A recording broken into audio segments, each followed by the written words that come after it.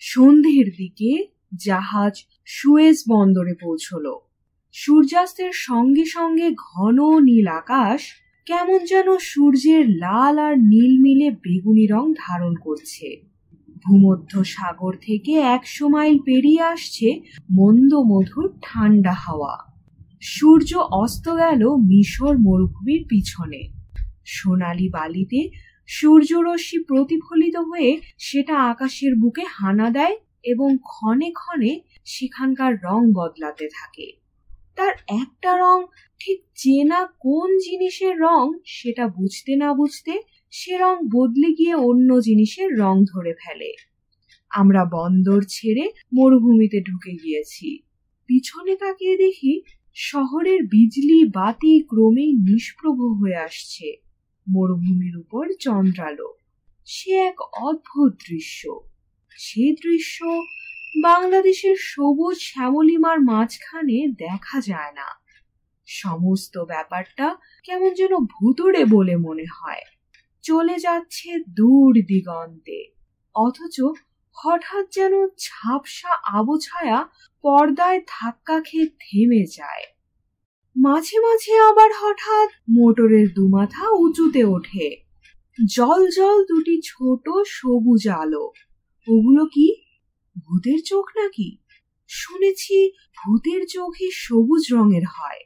না, কাছে আসতে দেখি উটের ক্যারাভান, এদেশের ভাষাতে যাকে বলে কাফেলা।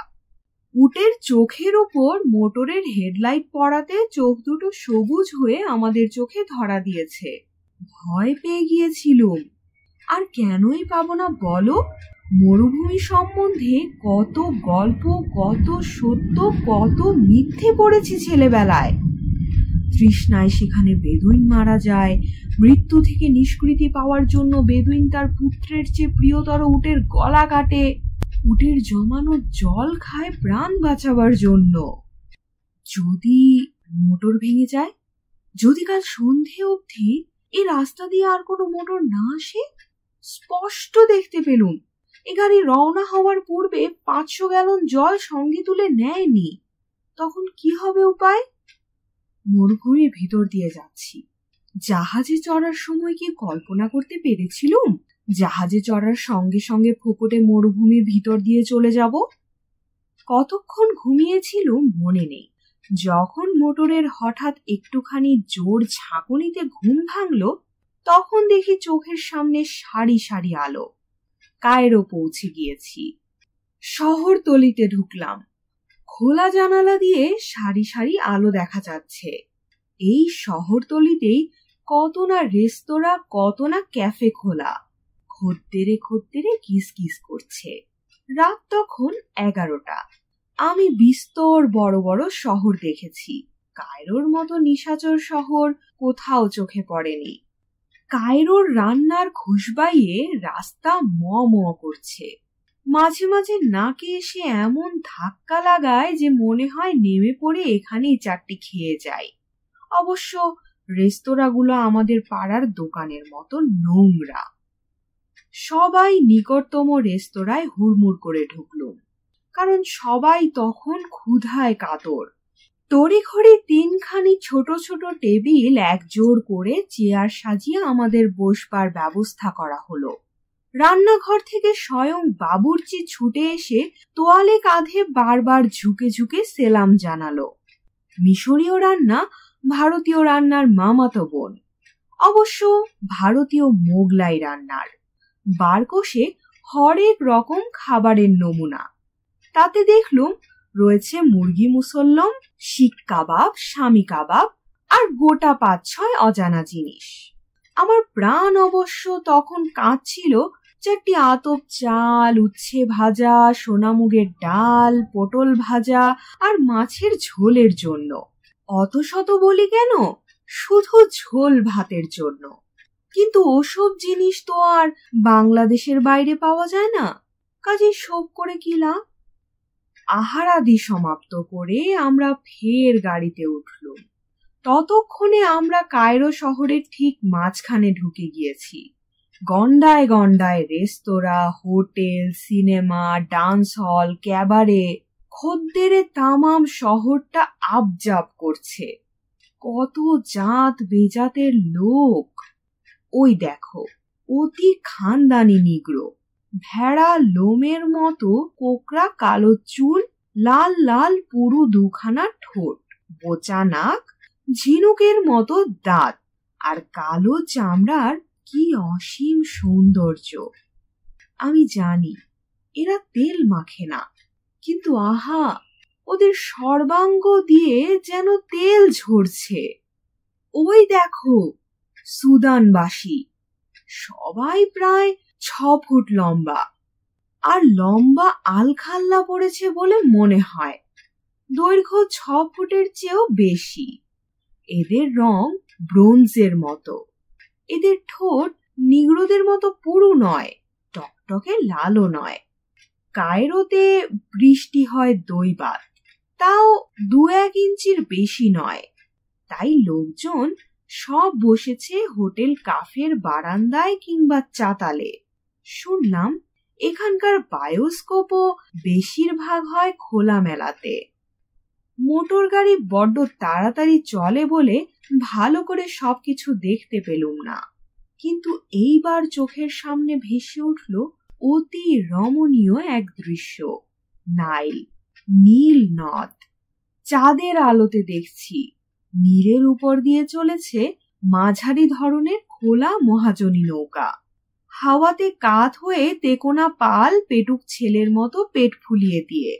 ভয় হয়, আর সামান্য একটুখানি জোর হাওয়া বইলেই হয় পালটা এক ঝটকায় চৌচির হয়ে যাবে, নয় নৌকাটা পিছনে ধাক্কা খেয়ে গোটা আড়াই ডিগবাজি খেয়ে নীলের অতলে তলিয়ে যাবে। এই নীলের জল দিয়ে এদেশের চাষ হয়।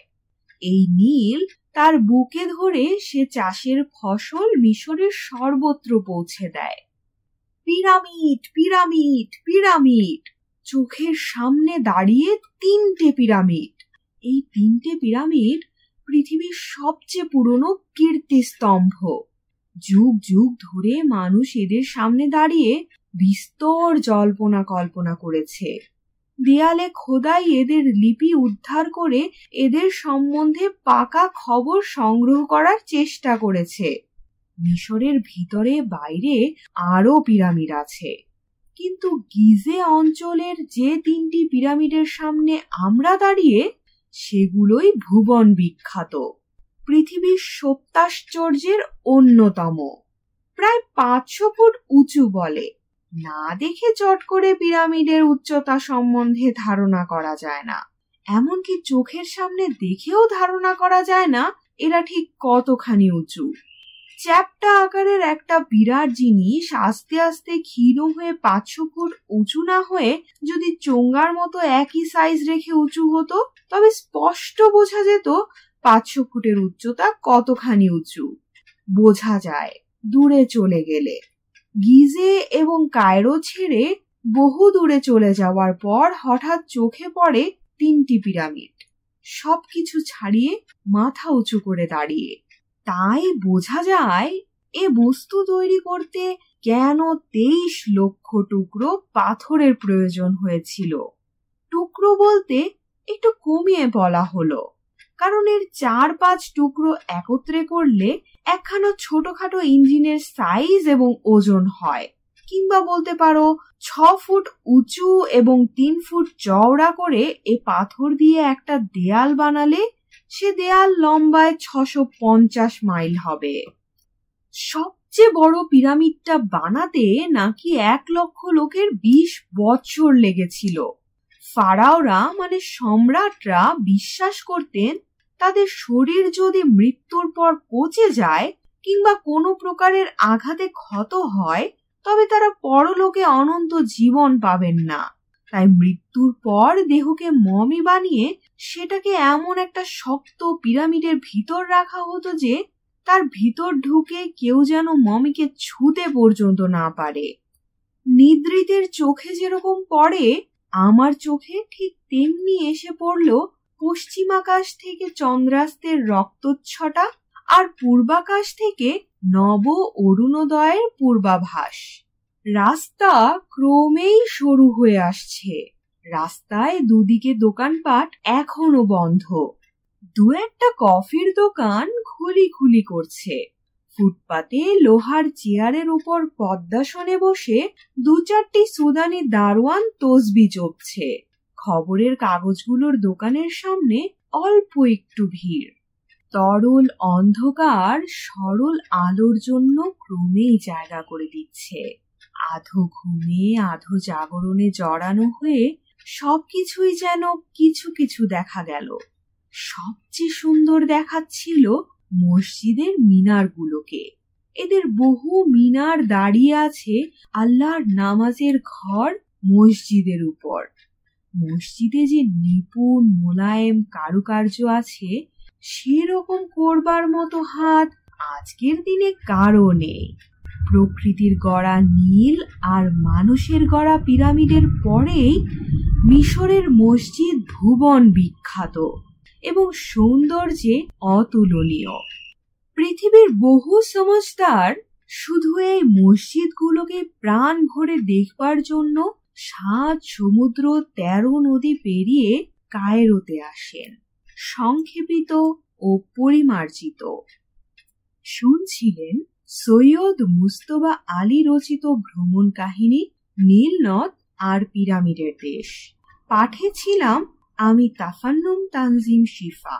গল্প ও গল্প পাঠ সম্পর্কে আপনার মতামত জানাতে পারেন কমেন্টে।